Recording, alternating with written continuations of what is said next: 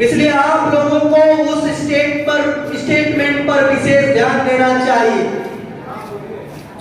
साथियों, ये विषय हम जब इंडियन रिसर्च स्कॉलर एसोसिएशन का नेशनल कन्वीनर कर रहे थे दिल्ली में 26 जून 2022 को छत्रपति साहू महाराज के जन्म जयंती के अवसर पर, तब जेएनयू में हम गए और जेएनयू में अपने जो स्टूडेंट्स होते हैं, स्कॉलर्स होते हैं, वो अपने आप को यह मानते हैं कि हम ही हेड ऑफ डिपार्टमेंट, वो अपने आप को यह मानते हैं कि हम ही हेड ऑफ डिपार्टमेंट है।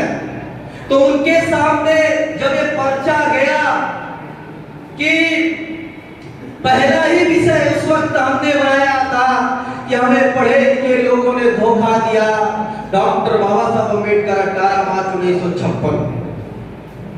तो उस स्कॉलर्स ने कहा, सिद्धांत जी आप कहां बैठे हैं पता है? हमने कहा हाँ एकदम पेड़ के नीचे और चेयर पर बैठे एकदम पता है, होश में। तो उन्होंने कहा जो आपने विषय लगाया है, ये विषय पढ़े लिखे लोगों पर के संदर्भ में है और पढ़े लिखे लोगों के बीच में आप आए हैं और हम ही को ही धोखेबाज कह रहे हैं और बाबा साहब अम्बेडकर का रेफरेंस दे रहे हैं। ये हम आपके कार्यक्रम में नहीं आए। स्कॉलर्स नहीं आएंगे। हमने कहा इस विषय को लगाने के पीछे कारण क्या है, ये तो समझने की कोशिश की जाए। तो समझाने की कोशिश किया गया, समझ में थोड़ी बहुत आई और कार्यक्रम में वो आए, मगर ज्यादा वक्त तक टिके नहीं। उनको नाराजगी थी कि हम पढ़े लिखे लोगों को गाली क्यों दिया जाए। हमने कहा ये हम नहीं दे रहे, ये तो बाबा साहब अम्बेडकर ने कहा था, धोखेबाज कहा था। इतना ही नहीं, मानवर काशीराम साहब उससे भी बढ़ करके कहे थे। ये तो कम बाबा साहब अम्बेडकर ने कहा, मानवर काशीराम साहब उससे भी बढ़ करके कहे थे कि ये पढ़ा लिखा समाज नॉन सोशलिस्ट एलिमेंट है, असामाजिक तत्व है। असामाजिक तत्व थाने में ये शब्द प्रयोग किया जाता है, ये लफ्ज प्रयोग किया जाता है। अब इससे बड़ा भयंकर क्या हो सकता है? वो चुप हो गए। तो साथियों, ये जो सब्जेक्ट लगाया गया, इसके पीछे जो बैकग्राउंड है, थोड़ी सी समझने की जरूरत है।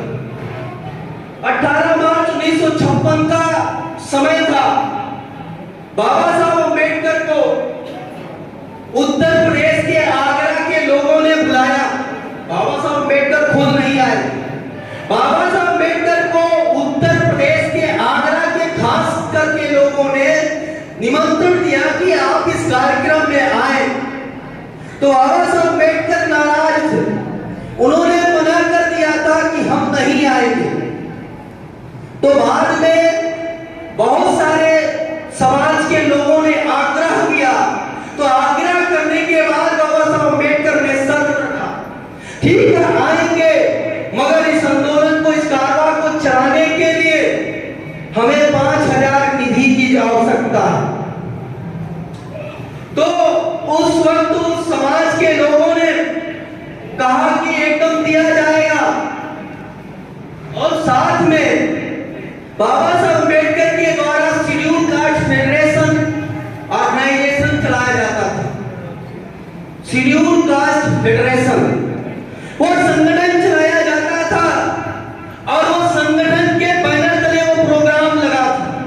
तो उसके प्रदेश अध्यक्ष तिलक चंद कुरुई जी भी उपस्थित थे। उन्होंने भी लेटर लिख करके आग्रह किया था कि समाज के लोग जो 5000 देंगे, उसके अलावा हम अपने पॉकेट से 5000 आपको देंगे, मगर इस कार्यक्रम में आप जरूर शिरकत करें। तब बाबा साहब अम्बेडकर आए और जब आए तो उस समय आते ही बाबा साहब अम्बेडकर खास करके उत्तर प्रदेश, ये जो पीएमओ के द्वारा संगठन का तोड़फोड़ हुआ है, ये केवल आपके वर्तमान संगठन में नहीं हुआ, बल्कि उस वक्त बाबा साहब अम्बेडकर के समय में भी हुआ था। बाबा साहब अम्बेडकर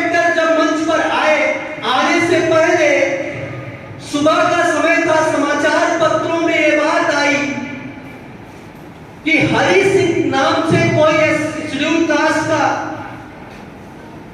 बाबा साहब अम्बेडकर संगठन का महत्वपूर्ण पदाधिकारी था और उन्होंने कांग्रेस ज्वाइन कर लिया।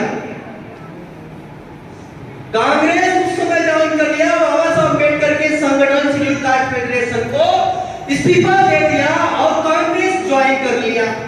तो उस वक्त पूरे आगरा में जो समाचार पत्र थे, उस समाचार पत्र की हेडलाइन बनी थी कि डॉक्टर बाबा साहब अम्बेडकर तानाशाही की वजह से, हेडलाइन बनी थी कि डॉक्टर बाबा साहब अम्बेडकर के तानाशाही की वजह से एक और कार्यकर्ता कांग्रेस में शामिल। आप समझ सकते हैं बाबा साहब अम्बेडकर के सामने जब ऐसी घटनाएं घट रही हैं तो आप तो आंदोलन चला रहे हैं वर्तमान परिस्थिति में, जहां पर पढ़े लिखे ज्यादा है और बाबा साहब अम्बेडकर कहते हैं पढ़े लिखे लोगों ने धोखा दिया, और आज आप सोचते हैं कि हमारे साथ तोड़फोड़ नहीं होगा। ये मत समझना, ये जरूर आपके साथ दुश्मन और आपके लोग कर सकते हैं। तो उस वक्त बाबा साहब अम्बेडकर के भाषण दे रहे थे, जब मंच पर पहुंचे तो बाबा साहब अम्बेडकर ने ये स्टेटमेंट देने के पीछे भी एक कारण है। ऐसे ही नहीं, ये जो स्टेटमेंट है ये इसके पीछे भी एक कारण है। क्या कारण है? जनरल वायसराय लॉर्ड लिथगो जब भारत के वायसराय जनरल बनाए गए तब उन्होंने अपने समय में 3 लाख रुपए 3 लोगों को दिया, डोनेट किया। नंबर 1 हिंदुओं को दिया था। उस समय हिंदू जो ब्राह्मण के लोग नेतृत्व कर रहे थे, गांधी कंपनी के लोग नेतृत्व कर रहे थे, उन लोगों को हिंदू माना जाता था और हिंदू के नाम से 3 लाख लिथगो ने दिया था। उनके एजुकेशन विकास के लिए, उनके सामाजिक स्ट्रक्चर के विकास के लिए 3 लाख रुपए उस वक्त 1937 और 44 के बीच की घटना। और 3 लाख रुपए मुस्लिम कम्युनिटी के लिए दिया गया था और 3 लाख रुपए अछूतों के लिए डॉक्टर बाबा साहब अम्बेडकर के नाम से दिया गया था। ये घटना, तो 3 लाख रुपए जब दिया गया तो हिंदू लोगों ने उस 3 लाख रुपए को बीएचयू जैसे संस्थान बनाने में पैसा लगा दिया, एजुकेशन को बढ़ाने में लगा दिया। और जो मुस्लिम लोग थे, मुस्लिम लोगों को 3 लाख दिया गया था, उन लोगों ने मुस्लिम अलीगढ़ यूनिवर्सिटी के लिए पैसा लगा दिया गया। तो बाबा साहब अम्बेडकर से लिथगो ने पूछा कि आप इस 3 लाख रुपए को क्या करेंगे? आप इस 3 लाख रुपए को क्या करेंगे? तो बाबा साहब अम्बेडकर ने कहा कि आप विद्वान हैं, आप ही बताओ, आप ही बताओ कि मैं इस 3 लाख रुपए का क्या कर सकता हूं। तो लिथगो ने कहा, सुझाव दिया कि मेरा मानना है कि आपका समाज एजुकेशन से बहुत दूर है, इसलिए एजुकेशन में, प्राइमरी एजुकेशन के लिए आपको अपने समाज में 3 लाख रुपए लगाना चाहिए। तो बाबा साहब अम्बेडकर ने कहा, एकदम गलत, मैं नहीं लगाऊंगा। बाबा साहब अम्बेडकर ने कहा, एकदम गलत, मैं नहीं लगाऊंगा। तो फिर कहां लगाऊंगा? वो हायर एजुकेशन के लिए लगाऊंगा। तो लिथगो ने कहा, आप इतने विद्वान मगर आप मूर्खता बड़ी काम कर रहे हैं। बाबा साहब अम्बेडकर के सामने ये डायलॉग चला, आप इतने विद्वान मगर ना समझ में काम कर रहे हैं, आपका प्राइमरी एजुकेशन चुस्त दुरुस्त नहीं है और आप हायर एजुकेशन की बात कर रहे हैं। तो बाबा साहब अम्बेडकर ने जवाब दिया, लिथगो जी, आप मुझे 500 लोगों के बराबर विद्वान मानते हो कि नहीं मानते हो?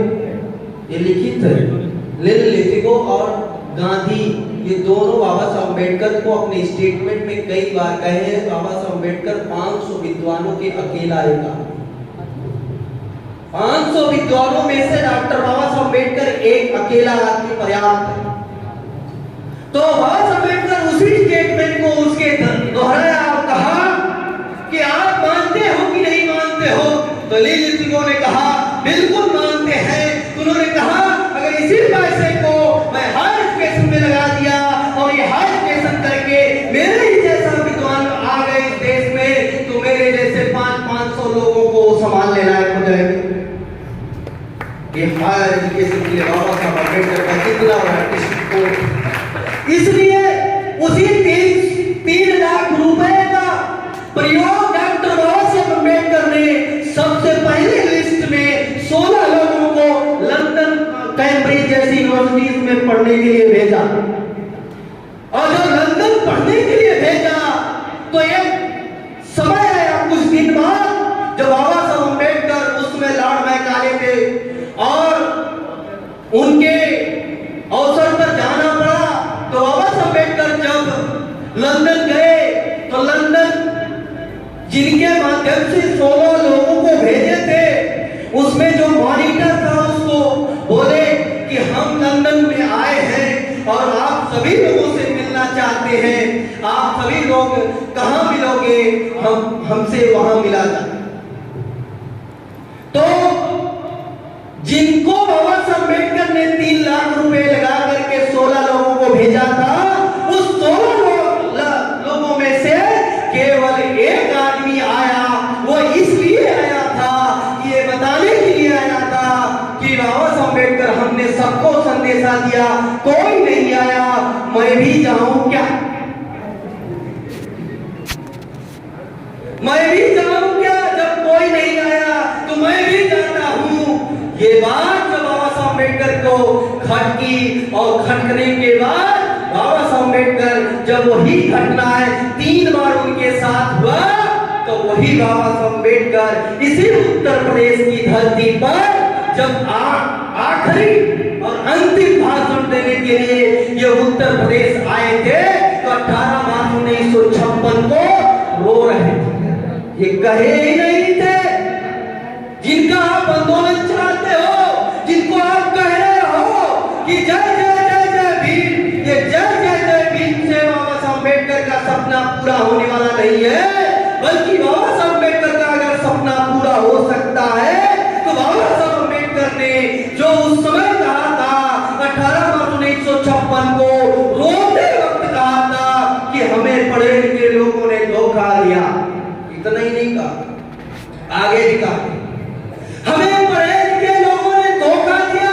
हमने सोचा था कि पढ़ लिख करके समाज के उद्धार के लिए काम करेंगे, मगर मैं अपने सामने देख रहा हूं कि पढ़ा लिखा नौजवान आज कलरकी की नौकरी के चक्कर में इधर उधर भटकता नजर आ रहा है। कोई भी छात्र नौजवान समाज के उद्धार के लिए काम करता हुआ नजर नहीं आ रहा है। ये रोक करके बाबा साहब अम्बेडकर ने 18 मार्च 1956 को कहा। इतनी बड़ी बात। और दुनिया के सबसे बड़े विद्वान आदमी, दुनिया के सबसे बड़े विद्वान आदमी, सबसे बड़ी डिग्री दुनिया की डीएससी की डिग्री जो 8 साल की होती है, बाबा साहब अम्बेडकर उसको कम ही समय में 2 ही साल में रफा दफा कर दिए थे। आज तक ब्राह्मण कहता है कि हम विद्वान हैं। जरा ब्राह्मणों की एक भी लिस्ट बताओ कि इस भारत में एक भी ब्राह्मण डीएससी डिग्री प्राप्त किया हुआ पैदा है? नहीं।